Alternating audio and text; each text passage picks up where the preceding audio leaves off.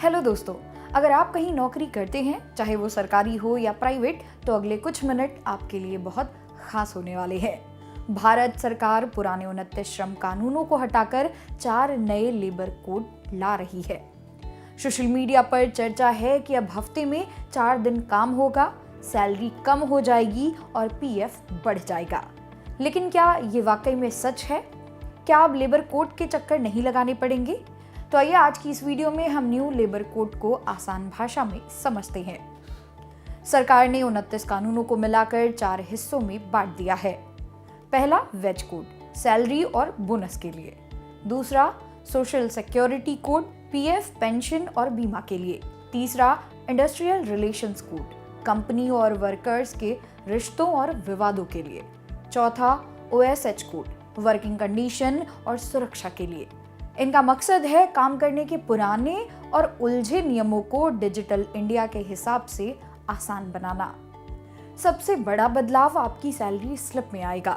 नए नियम के मुताबिक आपकी बेसिक सैलरी आपकी कुल सैलरी यानी सीटीसी का कम से कम 50% होनी चाहिए। इसका असर क्या होगा? अभी कंपनियां बेसिक सैलरी कम रखती हैं ताकि उन्हें पीएफ कम देना पड़े। अब जब बेसिक सैलरी बढ़ेगी तो आपका पीएफ योगदान भी बढ़ेगा। इसका मतलब है कि आपके हाथ में आने वाली सैलरी थोड़ी कम हो सकती है, लेकिन जब आप रिटायर होंगे तो आपके पास एक बहुत बड़ा फंड जमा होगा। यह आपके भविष्य के लिए जबरदस्ती की बचत जैसा होगा।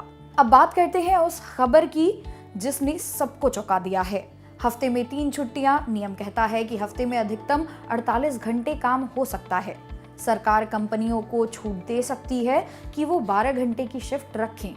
अगर शिफ्ट 12 घंटे की हुई तो आपको हफ्ते में 4 दिन काम और 3 दिन की छुट्टी मिलेगी। लेकिन अगर कंपनी 8 घंटे की शिफ्ट रखती है तो वही पुराना 6 दिन का वर्किंग वीक रहेगा। यानी ये पूरी तरह आपकी कंपनी और उनके काम के तरीके पर निर्भर करेगा। छुट्टियों को लेकर भी एक अच्छी खबर है। पहले नियम था कि आपको साल में कम से कम 240 दिन काम करना होगा, तब जाकर आप छुट्टियां लेने के हकदार होंगे। अब इसे घटाकर 180 दिन कर दिया गया है। यानी अब नए कर्मचारियों को साल खत्म होने का इंतजार नहीं करना पड़ेगा, बल्कि अब वो जल्दी छुट्टी ले सकेंगे।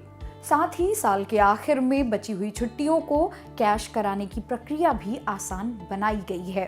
अब आते हैं लेबर कोड वाले हिस्से पर। अक्सर वर्कर और मालिक के बीच झगड़ा सालों साल कोर्ट में चलता था। नए कानूनों में कॉन्सिलिएशन यानी समझौते पर जोर दिया गया है। विवाद सुलझाने के लिए अब ट्रिब्यूनल का सिस्टम होगा। डिजिटल तरीके से शिकायत दर्ज होगी। बिना नोटिस दिए हड़ताल पर जाने पर अब सख्त नियम होंगे। सरकार का दावा है कि इससे कंपनियों को ईज ऑफ डूइंग बिजनेस मिलेगा और वर्कर्स को जल्दी न्याय। तो कुल मिलाकर देखें तो ये न्यू लेबर कोड के 2 पहलू हैं। एक तरफ आपका रिटायरमेंट सुरक्षित हो रहा है और छुट्टियां आसान हो रही हैं। वहीं दूसरी तरफ हाथ में आने वाला पैसा कम हो सकता है और वर्किंग आवर्स बढ़ सकते हैं। अभी ये कानून पूरी तरह लागू होने की प्रक्रिया में है। आपको क्या लगता है, क्या 12 घंटे की शिफ्ट और 3 दिन की छुट्टी वाला आइडिया इंडिया के लिए सही है या नहीं? कमेंट में अपनी राय जरूर बताएं। अगर ये वीडियो हेल्पफुल लगा हो तो इसे अपने कलीग्स के साथ शेयर करें और इसी तरह की और वीडियोस को देखने के लिए सब्सक्राइब करें जागरण जोश।